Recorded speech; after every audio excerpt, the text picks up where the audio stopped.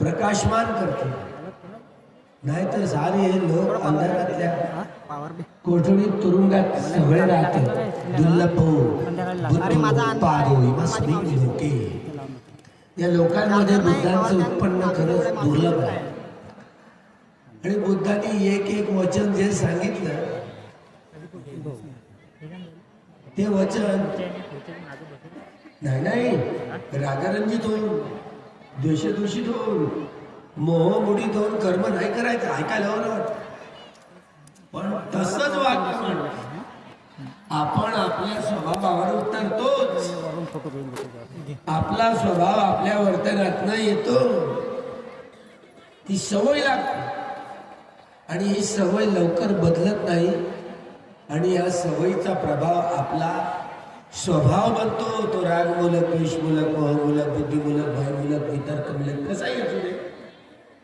आणि तोच स्वभाव घेऊन आपली दृष्टी प्रकट होते. आपण म्हणतो, आपण सायंटिफिकपणे विचार करून वैज्ञानिक दृष्टीनं आपण कुठलंही कर्म करण्याचा प्रयत्न केला पाहिजे. ऐकायला बरं वाटतं.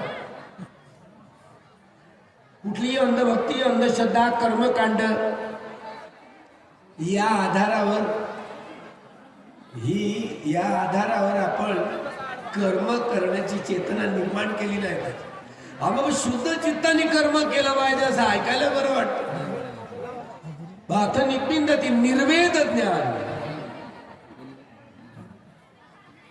जे अनासक्त आहे, निरासक्त आहे, निरासक्तीचा शुद्ध प्युअर माइंड, शुद्ध क्षण,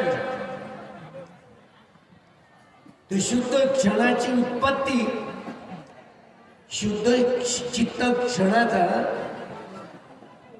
तो स्थितीचा कालखंड आणि शुद्ध चित्ताच्या भंगत्वाचा कालखंड. तो कसा समजावून सांगितला. दारावर एक भिक्षू येतोय आणि तुमचं भोजन देण्याची इच्छा जी निर्माण होते. मला आता हे पुण्य कर्म करण्याची संधी मिळाली. किती प्रसन्न चित्त असतं, किती प्रसन्न चित्त असतं दानादी कर्म करताना. ते प्रसन्न चित्ताने कायेनं वाचेनं बोललं तर प्रसन्नतेचा परिणाम आहे. ते बा हल्ला गोल्ला तिकडे सुरू झाला.